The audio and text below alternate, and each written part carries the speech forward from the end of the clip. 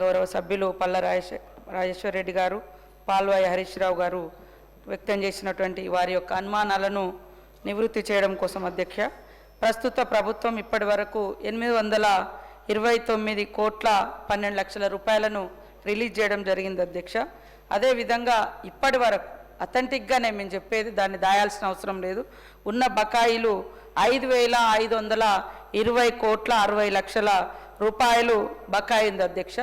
ఇందులో మా రాజేశ్వర రెడ్డి అన్న చాలా మేము గత ప్రభుత్వంలో అన్నీ క్లియర్ చేసినామని మాట్లాడిండ్రు అన్న. చెప్తున్న 3,000 కాదు, 4,341 కోట్ల 50 లక్షల రూపాయలు మీరు బకాయి పెట్టిపోయినరు.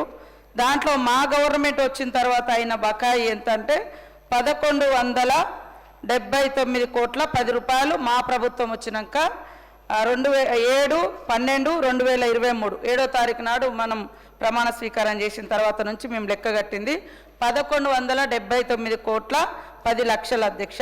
ఇప్పటి వరకు ఉన్న బకాయిలు అన్ని కలుపుకుంటే మరి 5,520 కోట్ల 60 లక్షలని మేము చెప్పడం జరిగింది అధ్యక్ష. దీంట్లో దాచిపెట్టడానికి ఏం లేదు. వాస్తవంగా మీరు చెప్పినటువంటి బాధలు, పిల్లలు గతం నుంచి కూడా ప్రైవేట్ స్కూళ్ళలో చదువుకొని, ఇది వాస్తవానికి కాంగ్రెస్ ప్రభుత్వం ఆనాటి స్వర్గీయ రాజశేఖర రెడ్డి గారు తీసుకొచ్చినటువంటి గొప్ప పథకం. ఆ పథకం ద్వారా ఎంతోమంది పేద పిల్లలు కార్పొరేట్ కళాశాలలో కూడా ఉన్నత విద్యను అభ్యసించడం జరిగింది. కానీ గత 10 సంవత్సరాల కాలంలో మీరు సరిగ్గా ఇవ్వక, ఫీజులు కట్టక, సర్టిఫికెట్స్ రాక, వాళ్ళ ఎగ్జామ్స్ ఫర్దర్ స్టడీస్ కానీ లేదా ఎంప్లాయీగా ఏదైనా ఉద్యోగ నోటిఫికేషన్స్ వచ్చినప్పుడు అప్లికేషన్ పెట్టుకోవడానికి కూడా సర్టిఫికెట్స్ లేక ఇబ్బంది పడ్డ రోజులు కూడా ఉన్నాయి అధ్యక్ష. కాబట్టి ఈ మధ్యకాలంలో ఈ రకంగా మా ప్రభుత్వం 829 కోట్లను రిలీజ్ చేసి మరి అన్ని ప్రైవేట్ కళాశాలల యాజమాన్యాలతోటి వాళ్ళ సంఘాలతోటి కూడా మాట్లాడి విడతల వారీగా ఇవన్నీ కూడా క్లియర్ చేస్తామని స్పష్టంగా మా డిప్యూటీ సీఎం గారు బట్టి విక్రమార్క గారు వారికి చెప్పడం జరిగింది అధ్యక్ష. తప్పకుండా ఇక్కడి నుంచి మేము యాజమాన్యాలకు కూడా పిలుపునిస్తా ఉన్నాం. మీకు మా డిప్యూటీ సీఎం గారు పిలిచి అష్యూరెన్స్ ఇచ్చారు కాబట్టి ఎట్టి పరిస్థితుల్లో పిల్లల సర్టిఫికెట్లు ఆపకుండా వాళ్ళు ఇవ్వాలని కూడా కోరుతా ఉన్నాం అధ్యక్ష. అదేవిధంగా తొందరలోనే, ఎందుకంటే మా యొక్క పథకం ఇది కాంగ్రెస్ ప్రభుత్వం పెట్టినటువంటి పథకం, ఇప్పుడు కూడా మా ప్రభుత్వం ఎడ్యుకేషన్కు మరి ప్రయారిటీ ఇస్తుంది కాబట్టి తొందరలోనే ఈ బకాయిలు చెల్లించే విధంగా మేము చేయడం జరుగుతుంది అధ్యక్ష. ఇందులో 1,200 కోట్ల పైగా టోకెన్స్ రైజ్ అయి ఉన్నాయి. కొన్ని ఇతరత్ర కారణాల రీత్యా ఆగింది. తొందరలోనే క్లియర్ చేస్తామని తెలియజేస్తా ఉన్నాం అధ్యక్ష.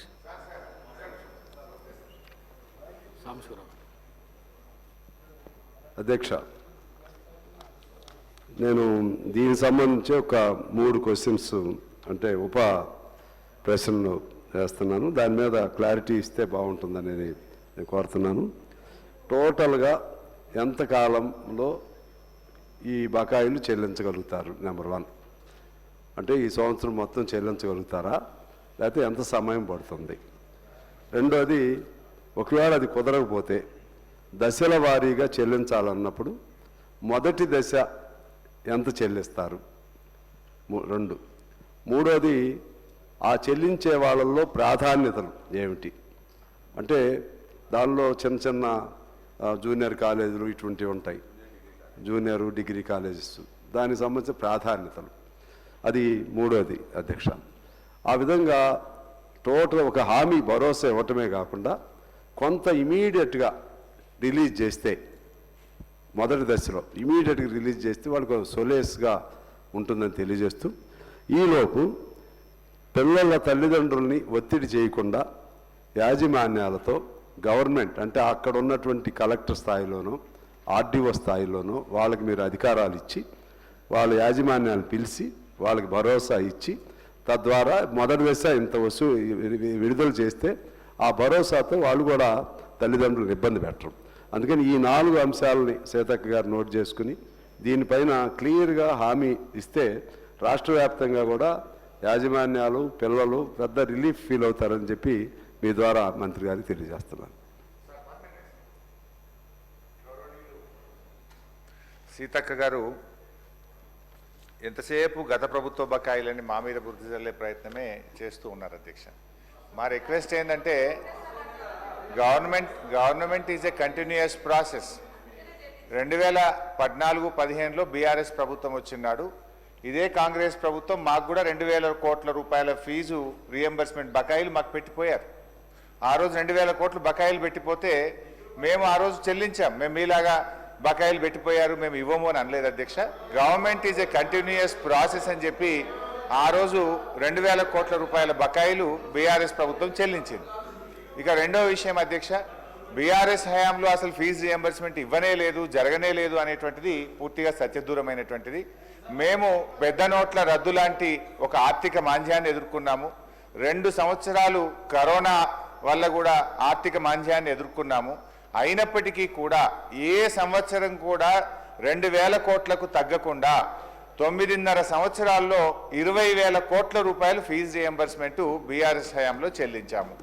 సో మా రిక్వెస్ట్ వల్ల కూడా ఇవాళ కాలేజీలు, డిగ్రీ కాలేజీలు, జూనియర్ కాలేజీలు ఇప్పటికే రాష్ట్ర వ్యాప్తంగా మూతపడ్డాయి అధ్యక్ష. సగానికి సగం మూతపడ్డాయి అధ్యక్ష. వాళ్ళకి ఏమవుతుందంటే అధ్యక్ష, కరెంట్ బిల్ కట్టకపోతే కట్ అయిపోతుంది, మున్సిపల్ ట్యాక్స్ కట్టకపోతే కట్ అయిపోతుంది, వాటర్ బిల్లు కట్టాల్సిందే, ఉద్యోగులకు జీతాలు ఇవ్వాల్సిందే. ఇప్పుడు 2 ఏళ్ళు 15 నెలలు 2 ఏళ్ళు ఒక్కసారి వరుసగా బిల్లులు రాకపోతే అధ్యక్ష కాలేజీలన్నీ కూడా ఆగమైపోయేటువంటి పరిస్థితి ఉంది. ఫైనల్ ఇయర్ స్టూడెంట్స్కు సర్టిఫికెట్లు రాక పిల్లల విద్యా సంవత్సరాన్ని కూడా కోల్పోయే పరిస్థితి ఉంది.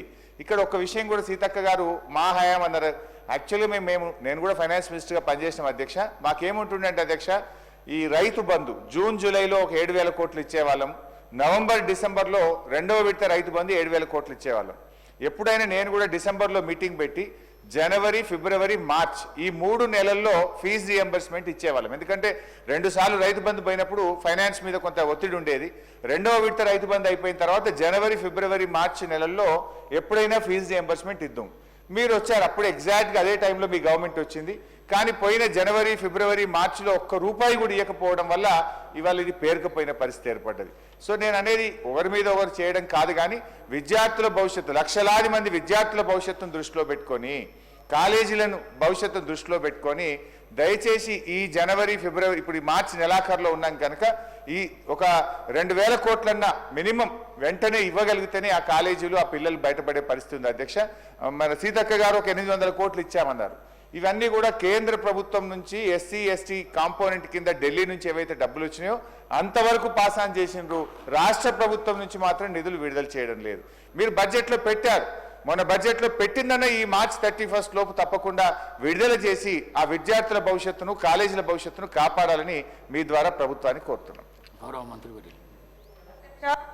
కాలేజీ యాజమాన్యాలతోటి ఆల్రెడీ మా డిప్యూటీ సీఎం గారు మాట్లాడి మీకు దశల వారీగా ఇవ్వడం జరుగుతుందని వారికి హామీ ఇవ్వడం జరిగింది అధ్యక్ష. ఎవరి సర్టిఫికెట్లు కూడా ఆపొద్దని కూడా వారు ఆదేశించడం జరిగింది అధ్యక్ష. అదేవిధంగా కున్నంనేని సాంబశివరావు గారు పర్ఫెక్ట్గా ఏ టైంలోపు మీరు ఇవన్నీ ఏ వాయిదాల పద్ధతిలో ఏ కాలేజీలకు చెల్లిస్తారని అడగడం జరిగింది. తప్పకుండా దశల వారీగానే వాళ్ళను సంతృప్తిపరిచే విధంగా యాజమాన్యాలకు చెప్పడం జరిగింది.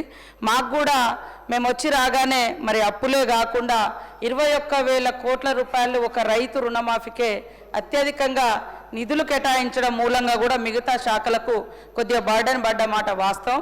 అది ఇప్పుడు రాబోయే కాలంలో అంతా బర్డెన్ ఉండదు కాబట్టి ఖచ్చితంగా తొందరలోనే చెల్లిస్తాం. దాదాపుగా 1,200 కోట్లకు పైగా టోకెన్స్ కూడా రైజ్ చేసి పెట్టడం జరిగింది అధ్యక్ష. మరి గవర్నమెంట్ ఇప్పటి వరకు కూడా 2 దఫాలుగా ఒకసారి 65 కోట్ల 55 లక్షలు, ఒకసారి 764 లక్షల 57, ఒకసారి 764 కోట్ల 57 లక్షలు కూడా ఇవ్వడం జరిగింది అధ్యక్ష. కాబట్టి ఈరోజు మేము పెండింగ్ పెట్టాలని లేదా ఆపాలని, విద్యార్థులకు భారం కావాలని మాకు ఎట్టి పరిస్థితులు లేదు సార్. ఈరోజు విద్య అనేది మనకు ఎంతో అవసరం. అవే మన విద్యార్థులే నేటి మన మానవ వనరులు. కాబట్టి ఖచ్చితంగా అవన్నీ క్లియర్ చేసే ప్రయత్నంలోనే కొద్దిగా డిలే అయింది. అందులో కూడా మీరు పెట్టినే మళ్ళీ మీరు పెట్టిరని అంటారు. అరే మీరు చేస్తేనేమో గొప్పగా చెప్పాలంటారు, మీ తప్పులు అడుగుతానేమో అడగొద్దు అంటారు.